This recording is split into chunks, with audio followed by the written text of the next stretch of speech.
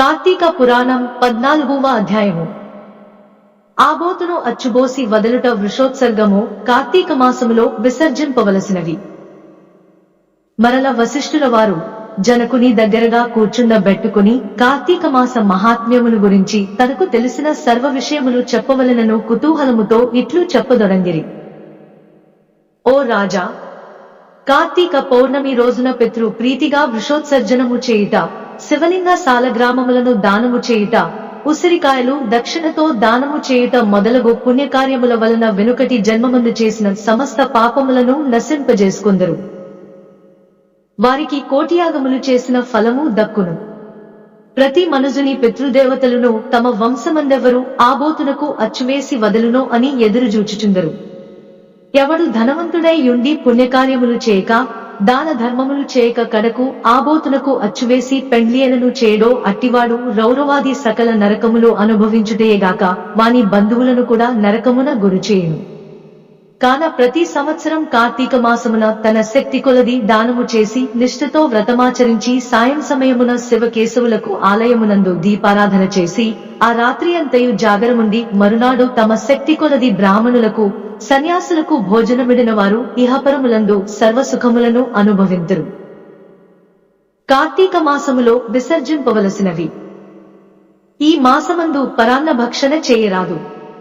ఇతరుల ఎంగిలి ముట్టకూడదు, తినకూడదు. శ్రాద్ధ భోజనం చేయకూడదు. నీరుల్లిపాయ తినరాదు. తిలాదానము పట్టరాదు.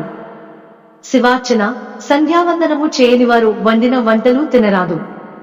పౌర్ణమి, అమావాస్య, సోమవారముల నాడు సూర్యచంద్ర గ్రహణపు రోజులయందు భోజనం చేయరాదు. కార్తీక మాసమున నెల రోజులు కూడా రాత్రులు భుజించరాదు. విధవ వండినది తినరాదు. ఏకాదశి, ద్వాదశి వ్రతములు చేయువారలు ఆ 2 రాత్రులు తప్పనిసరిగా జాగరము ఉండవలెను. ఒక్క పూట మాత్రమే భోజనము చేయవలెను. కార్తీక మాసములో తైలము రాసుకుని స్నానము చేయకూడదు. పురాణములను విమర్శించరాదు. కార్తీక మాసమున వేడినీటితో స్నానము కూడదు, చేసిన కల్లుతో సమానమని బ్రహ్మదేవుడు చెప్పెను. కావున వేడినీటితో స్నానము కూడదు. ఒకవేళ అనారోగ్యం ఉండి ఎలాగైనా విడవకుండా కార్తీక మాసవ్రతం చేయవలెనన్న కుతూహలం గలవాడు మాత్రమే వేడినీటి స్నానము చేయవచ్చును. అటుల చేయువారులు గంగా, గోదావరి, సరస్వతి, యమున నదుల పేర్లను మనసులో స్మరించి స్నానము చేయవలెను. ఏ నది తనకు దగ్గరలో ఉంటే ఆ నదిలో ప్రాతకాలమున స్నానము చేయవలెను. అటుల చేయని ఎడల మహాపాపియే జన్మజన్మములు నరక కోపమున బడి కృశింతురు. ఒకవేళ నదులు అందుబాటులో లేనప్పుడు నూతి దగ్గర గాని చెరువునందు గాని స్నానము చేయవచ్చును. అప్పుడు ఈ క్రింది శ్లోకమును చదివి మరీ స్నానమాచరించవలెను. గంగే చ యమునే చైవ గోదావరి సరస్వతి నర్మదా సింధు కావేరీ జలేస్మిన్ సన్నిధింకురు అని పఠించుచు స్నానము చేయవలయును. కార్తీక మాస వ్రతము చేయువారు పగలు పురాణ పఠన శ్రవణం, హరికథా కాలక్షేపములతో కాలము గడుపవలెను. సాయంకాలమున సంధ్యావందనాదికాది కృత్యములు ముగించి పూజామందిరములనున్న శివుని కల్పోక్తముగా ఈ క్రింది విధమున పూజించవలెను. కార్తీక మాస శివపూజా కల్పము. ఓం శివాయ నమః ధ్యానం సమర్పయామి. ఓం పరమేశ్వరాయ నమః ఆవాహనం సమర్పయామి. ఓం కైలాసవాసాయ నమః నవరత్న సింహాసనం సమర్పయామి. ఓం గౌరీనాథాయ నమః పాద్యం సమర్పయామి. ఓం లోకేశ్వరాయ నమః అర్ఘ్యం సమర్పయామి. ఓం వృషభవాహనాయ నమః స్నానం సమర్పయామి.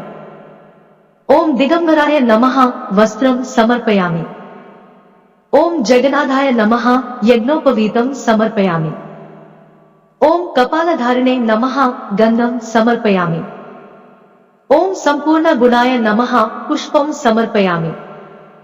ఓం మహేశ్వరాయ నమః అక్షతాన్ సమర్పయామి. ఓం పార్వతీనాథాయ నమః ధూపం సమర్పయామి. ఓం తేజోరూపాయ నమః దీపం సమర్పయామి. ఓం లోకరక్షాయ నమః నైవేద్యం సమర్పయామి. ఓం త్రిలోచనాయ నమః కర్పూర నీరాజనం సమర్పయామి. ఓం శంకరాయ నమః సువర్ణ మంత్రపుష్పం సమర్పయామి. ఓం భవాయ నమః ప్రదక్షిణ నమస్కారాన్ సమర్పయామి. ఈ ప్రకారముగా కార్తీక మాసమంతయు పూజించవలెను, శివసన్నిధిన దీపారాధన చేయవలెను. ఈ విధముగా శివపూజ చేసిన ఎడల ధన్యుడగును. పూజానంతరము తన శక్తిని బట్టి బ్రాహ్మణులకు సమారాధన చేసి దక్షిణ తాంబూలాది సత్కారములతో సంతృప్తిపరచవలెను.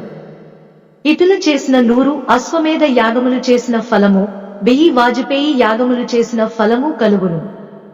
ఈ కార్తీక మాసము నెల రోజులు బ్రాహ్మణ సమారాధన, శివకేశవుల సన్నిధిని నిత్య దీపారాధన, తులసి కోటను కర్పూర హారతులతో దీపారాధన చేసిన ఎడల వారికి, వారి వంశీయులకు, పితృదేవతలకు మోక్షము కలుగును.